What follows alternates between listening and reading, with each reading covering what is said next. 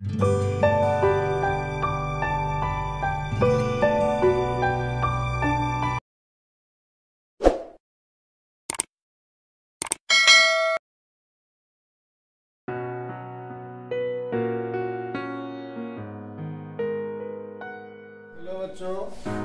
आज मैं ज्योग्राफी से कुछ आप लोगों को बताने जा रहा हूं और इसमें आज मैं आप लोगों को बताऊंगा ऋतु मापक यंत्र के बारे में।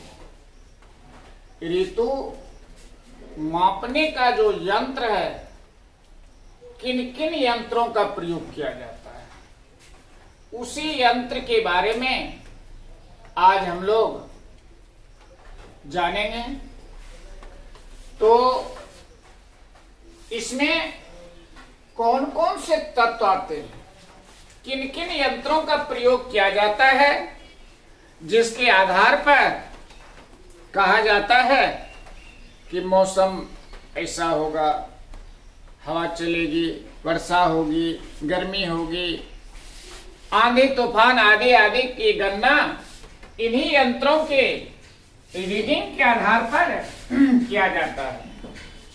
तो एक एक यंत्र के बारे में हम लोग आज विस्तार से जानेंगे कि किन यंत्रों का क्या काम है और वह मौसम की गणना में कैसे सहायक होता है। तो चलो हम लोग शुरू करने जा रहे हैं।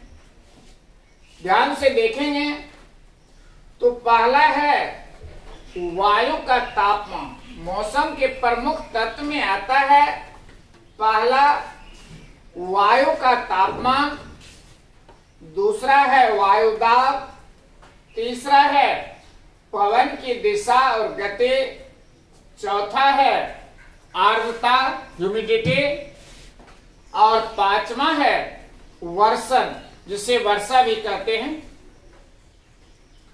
इन पांचों के आधार पर किसी जगह की मौसम की गणना की जाती है। तो उसी पर आज हम लोग चलें, एक एक करके देखें। पहला है तापमान, और वह तापमान किसका? तो वायु का। वायु का तापमान बहुत हद तक मौसम को प्रभावित करता है। उसके लिए थर्मामीटर का प्रयोग किया जाता है। मौसम वैसे तापमान मापने के लिए हम लोग जो अपने शरीर का, अपने बॉडी का टेम्परेचर ज्ञात करते हैं तो एक थर्मामीटर होता है, और यह थर्मामीटर सिर्फ अधिकतम तापमान को दर्शाता है। इस थर्मामीटर के द्वारा चिकित्सक व्यक्ति का तापमान रीडिंग करता है कि अमुक व्यक्ति को इतना डिग्री सेल्सियस या फ़ारेनहाइट तापमान। परंतु वायु का तापमान ज्ञात करने के लिए एक विशेष प्रकार का थर्मामीटर प्रयोग में लाया जाता है, और यह प्रयोगशाला में पहले से सेट करके रखते हैं, जहां से मौसम की जानकारी प्रसारित की जाती है। वहां यह विशेष प्रकार का थर्मामीटर लगा रहता है।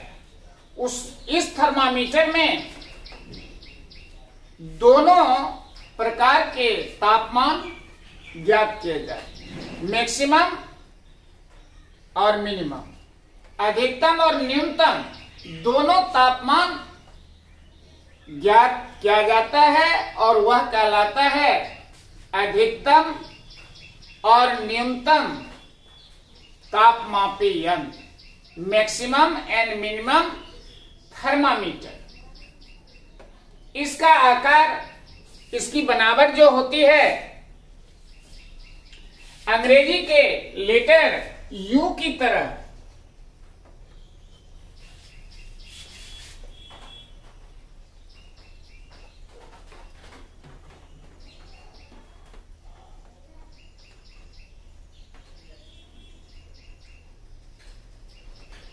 इस रूप में, और इसमें दोनों साइड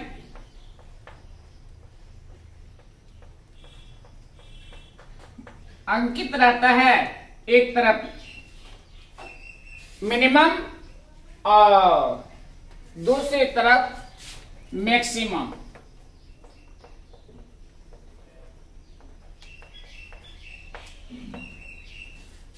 जब तापमान किसी स्थान का गिर जाता है तो इसमें वह दोनों तरफ बीच में मरकरी पारा भरा रहता है और उसके ऊपर एक पिन दोनों तरफ रहता है।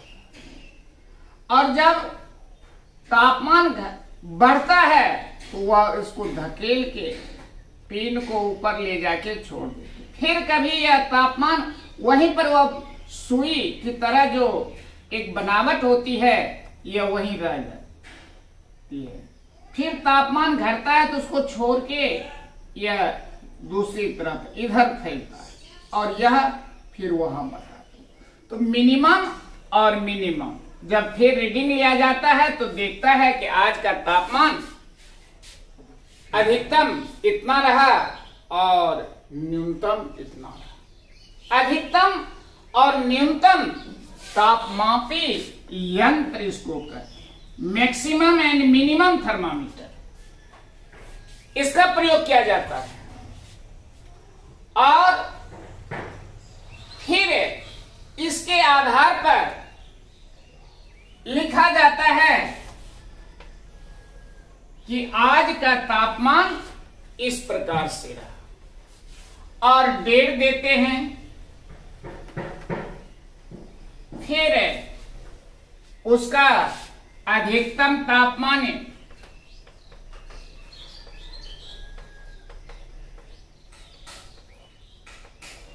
लिखा जाता है, डेट या तारीख। फिर न्यूनतम यानी सबसे कम, फिर तापांतर,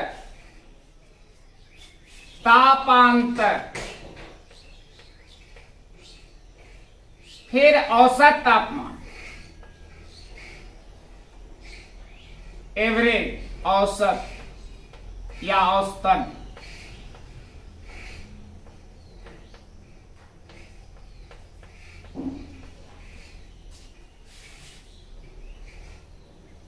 मान लिया जाए कि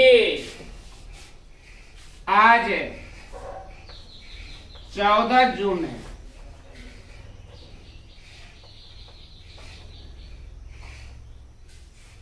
और अधिकतम तापमान मान लिया जाए कि वह 45 डिग्री सेल्सियस हो और न्यूनतम है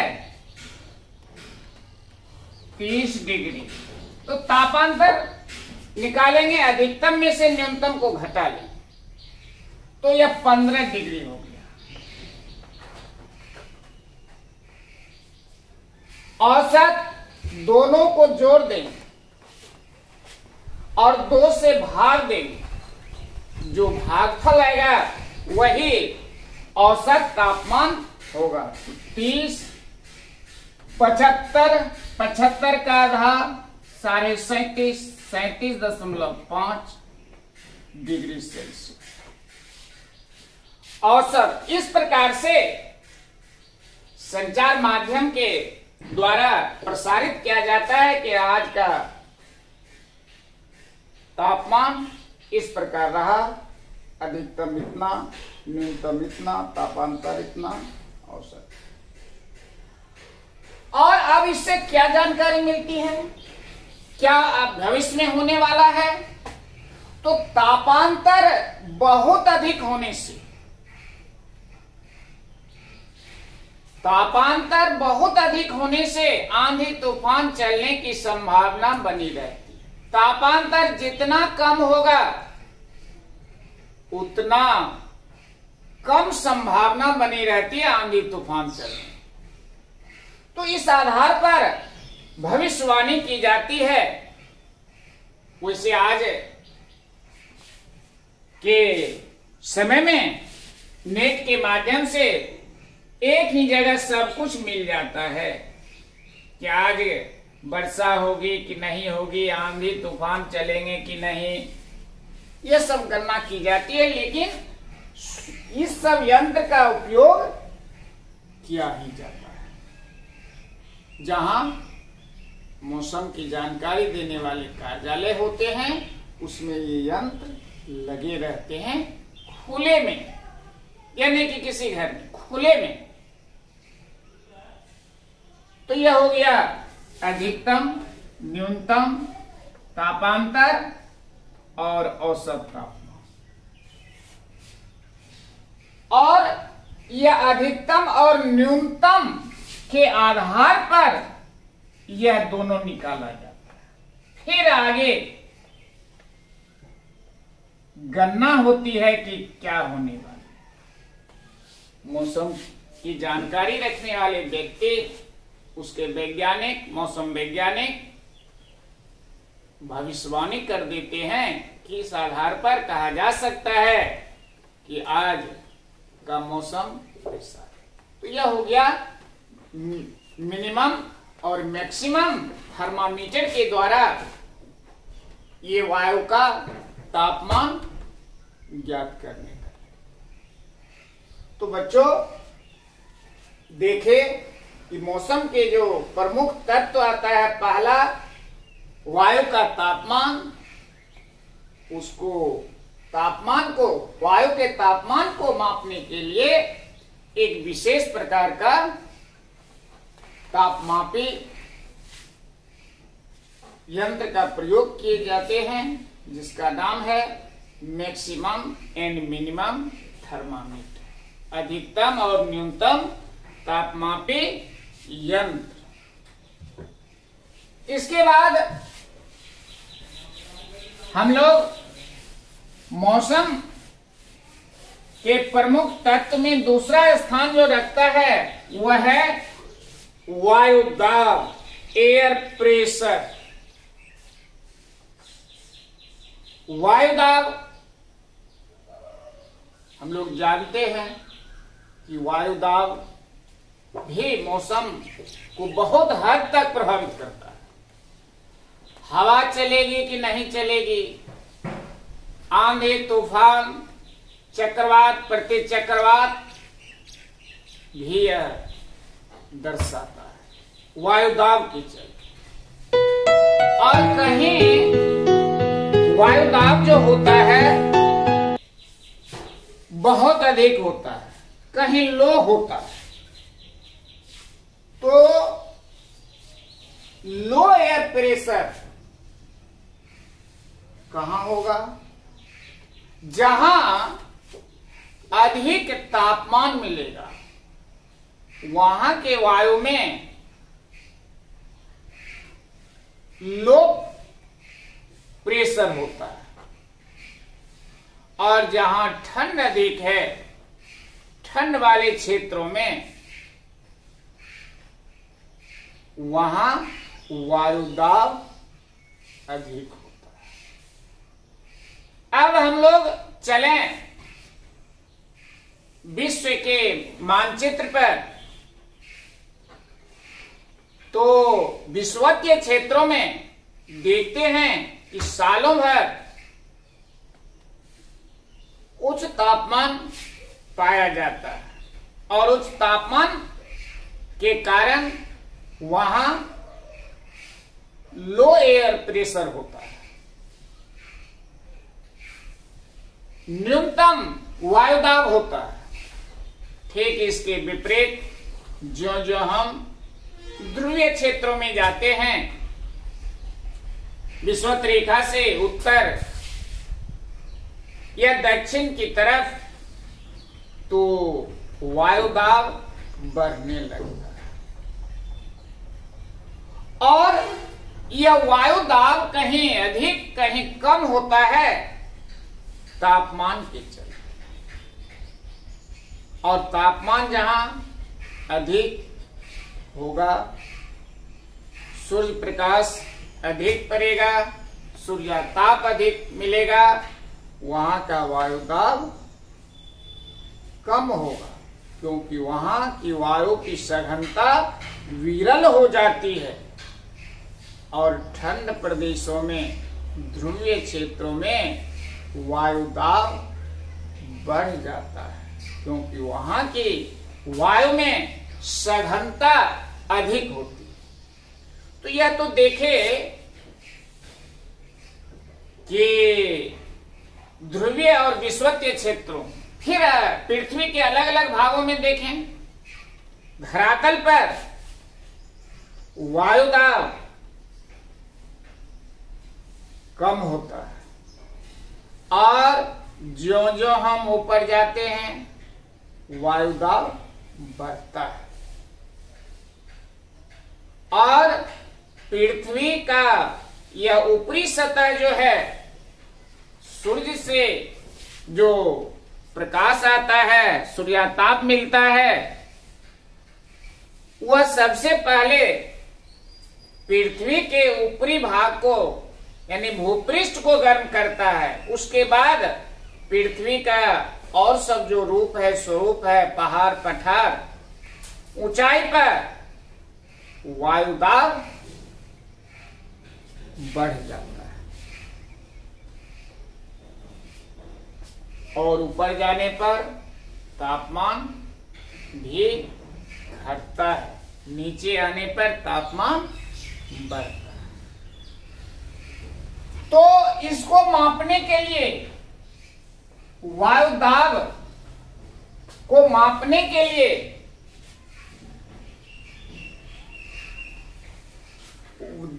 दाब मापी यंत्र का प्रयोग किया जाता है। वायु दाब मापी यंत्र देखा होगा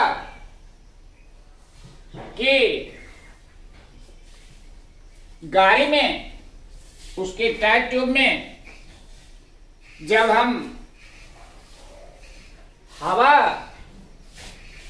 चेक कराने के लिए जाते हैं तो कहते हैं, एक छोटा सा मीटर लगा के देखते हैं, कहते कि इसमें हवा कम, इतना ही। फिर उसका वायुदाब को बढ़ाते हैं अलग से, हवा फिर एक्स्ट्रा देख, जिससे चलाने में सहूलियत हो। तो वह भी एक वायु दाब मापी यंत्र ही है। और वायु दाब में भी ज्यादा अंतर होने से वायु दाब बढ़ने से या वायु दाब घटने से आंधी तूफान की उत्पत्ति होती है।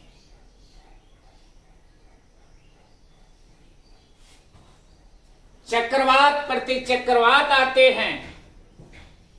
तो वायु दाब मापी यंत्र की रीडिंग के आधार पर मौसम वैज्ञानिक निर्णय लेते हैं कि चक्रवात आएंगे कि प्रतिचक्रवात। और हम लोग जानते हैं कि पवन जो है, पवन की उत्पत्ति कैसे होती है। पवन जानते ही हैं कि गतिशील वायु को पवन कहते हैं। मान लिया जाए इस क्षेत्र में हाई प्रेशर है और इधर लो प्रेशर है, एलपी लो प्रेशर, और इधर एचपी हाई प्रेशर। तो यह हवा यहां खाली पड़ गई जगह, यह क्षेत्र, इस क्षेत्र में वायु दाब की सघनता घट गई बहुत अधिक, और इस क्षेत्र में बहुत अधिक हाई प्रेशर एरिया बन गया है, वायु दाब बहुत अधिक। तो हवा, यह क्षेत्र जो खाली पड़ गया, यहाँ जो वायु दाब घट गया, तो इस जगह को भरने के लिए, सघनता जो घट गई, इसको फिर संतुलित करने के लिए इधर से हवा चल देती है, अनुभव किया होगा कि कभी कभी तेजी से हवा पूरब से पश्चिम या पश्चिम से पूरब की ओर चलती, फिर एक दो दिन या फिर उसी दिन 2-4 घंटे के बाद हवा बंद हो जाती है चलना। जिस गति से हवा चल रही थी उस गति से नहीं चलती। क्यों? कि यहां भी वायु दाब उतना ही हो गया जितना इधर है, तो यह हवा में गति उत्पन्न नहीं होगी। जो ही अंतर पड़ेगा हवा चल देगी, उसका स्वभाव है। वायु का स्वभाव है खाली जगह को भरना, जहां कम हवा है वहां जाके फिर संतुलित स्थापित करना, इसका गुण है। फिर कभी कभी क्या होता है, यह क्षेत्र एलपी हो गया, फिर इधर एचपी बहुत दूर दराज में एचपी, तो इधर से हवा चल रही। फिर जो है यहां भी वायु दाब इसके समतुल हो गया, तो यह हवा चलना बंद कर दी। कभी कभी हम लोग देखते हैं, अनुभव करते हैं, कहते हैं कि हवा थोड़ी सी भी नहीं चल रही है। क्यों नहीं चल रही है? कि दोनों तरफ वायु दाब जो है बराबर है, और हवा को चलने के लिए वायु दाब में अंतर होना चाहिए। अंतर नहीं हुआ इसलिए हवा नहीं चल रही। जो ही अंतर पड़ जाएगा हवा में स्वतः गति आ जाएगी और वह पवन उत्पन्न कर देगा। और जितनी तेजी से यह क्षेत्र खाली पड़ता है उतनी तेजी से हवा इसको भरने के लिए दौड़ पड़े। इसका स्वभाव ही है, गुण ही। किसी जगह को यह खाली छोड़ना नहीं चाहिए, तो सघनता तो यहां घट गई। तो यह चाहती है इसको भी हम अपने तरह बना लें, फिर हवा कुछ देर के बाद। तो यही है हवा, ये पवन उत्पन्न करने का नियम, पवन उत्पन्न होने का नियम।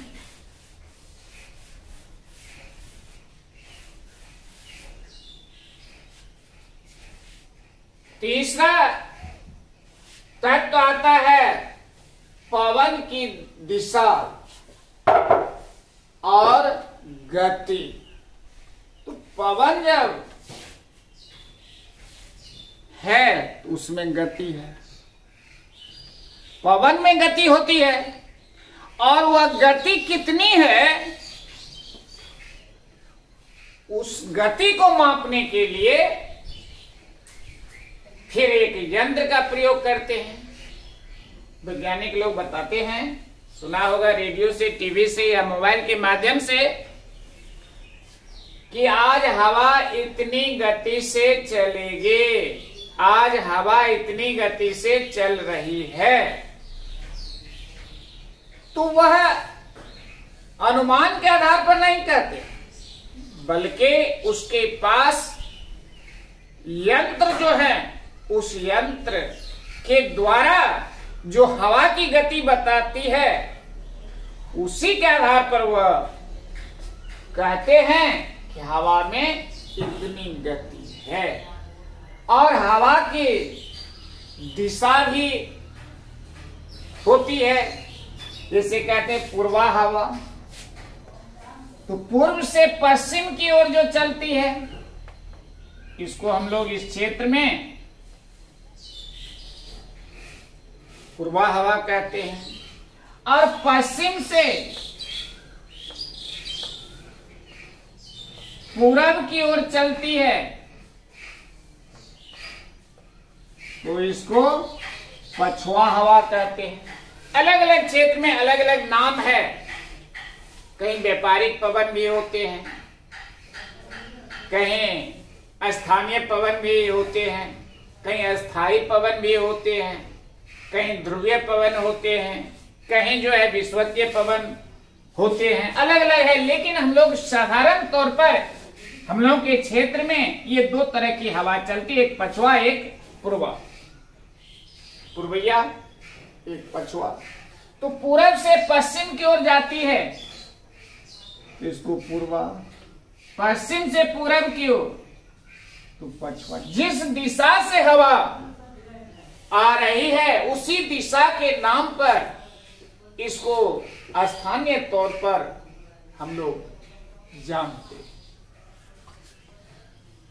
तो यह दिशा को मापने के लिए किस दिशा से किस दिशा में हवा जा रही है उसके लिए एक विशेष प्रकार का यंत्र प्रयोग किया जाता है, वह कहलाता है पवन फलक।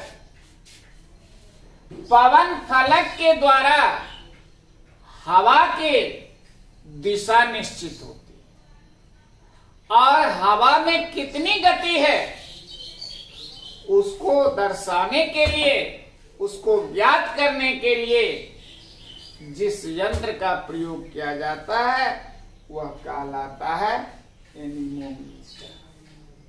यानी हर चीज को मापने के लिए एक यंत्र का प्रयोग किया जाता है। अलग अलग यंत्र का प्रयोग किया जाता है, अलग अलग मापक होते हैं।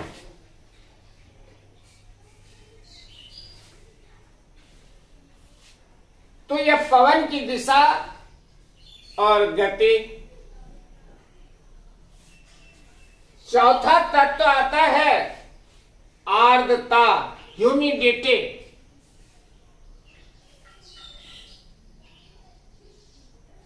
और ह्यूमिडिटी भी मौसम को निश्चित करता है, उसके स्वभाव को निश्चित करता है।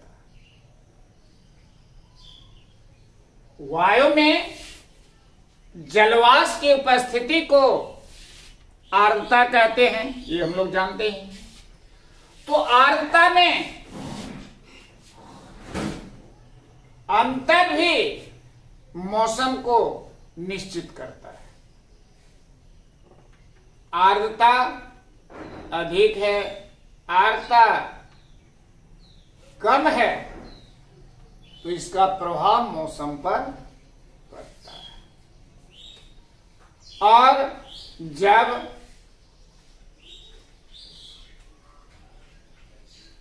सूर्यताप अधिक होता है और उस समय वाष्पीकरण की क्रिया अधिक होती है और वाष्पीकरण की क्रिया अधिक होने से वायु में आर्द्रता बढ़ जाती है और वाष्पीकरण की क्रिया नहीं होने से आर्द्रता घट जाती है। वर्षा ऋतु में आर्द्रता बढ़ जाती है, वाष्पीकरण की क्रिया अधिक होती है। वाष्पीकरण की क्रिया के कारण ही बादल बनता है, फिर उस बादल से वर्षा होती है। यदि वाष्पीकरण की क्रिया नहीं हो तो फिर वर्षा नहीं हो, बादल नहीं बन पाएगा। तो इस आर्द्रता को मापने के लिए आर्द्रता मापी यंत्र का प्रयोग किया जाए। और यह आर्द्रता मापी यंत्र जो होते हैं इसमें भी एक विशेष प्रकार का यंत्र ड्राई बल्ब थर्मामीटर का प्रयोग किया जाता है। ड्राई एंड बल्ब थर्मामीटर का प्रयोग किया जाता है जिसमें आर्द्रता और शुष्कता दोनों दर्शाता है। जिस प्रकार से हम लोग देखे कि तापमान को ज्ञात करने के लिए एक विशेष थर्मामीटर का प्रयोग किया जाता है जिसमें मैक्सिमम एंड मिनिमम तापमान ज्ञात होता है एक ही यंत्र से। ठीक उसी प्रकार से आर्द्रता मापी यंत्र में दोनों ज्ञात होता है, शुष्कता और आर्द्रता दोनों यंत्र। और इस यंत्र का जो होता है एक भाग पानी में भिगा के रख दिया जाता है, कपड़ा वगैरह देके या पानी में डुबा के। एक यंत्र जो होता है यह आर्द्रता को दर्शाएगा। एक में कुछ नहीं, शुष्क रहता है, सूखा। और इस यंत्र में भी दोनों एक ही में फिट रहता है। एक में शुष्कता को दर्शाता है, एक में आर्द्रता को दर्शाता है। तो शुष्कता और आर्द्रता के आधार पर मौसम की भविष्यवाणी की जाती है। तो यह हो गया चौथा हमारा मौसम के तत्व। पांचवा और अंतिम है वर्षा मापी यंत्र। वर्षा या वर्षण इसको कहते, पहले वर्षण पर हम लोग चले। वर्षण क्या चीज है? वर्षा होना, रेन।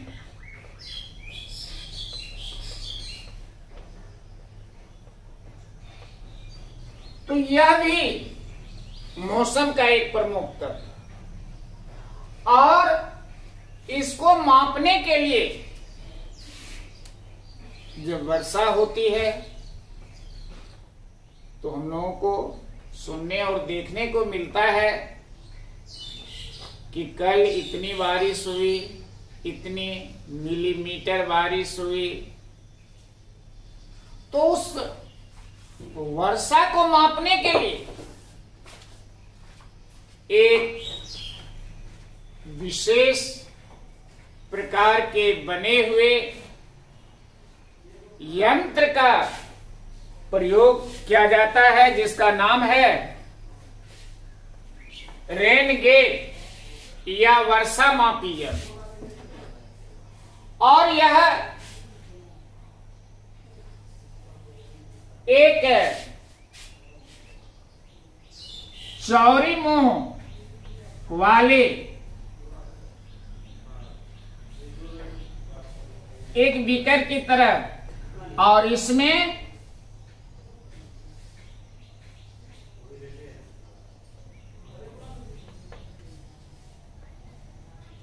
एक कीपनुमा भाग लगा रहता है। और उसके आधार पर वर्षा जो होती है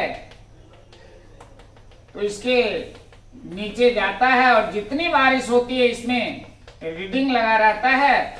उसके आधार पर कहते हैं कि वर्षा इतनी मिलीमीटर।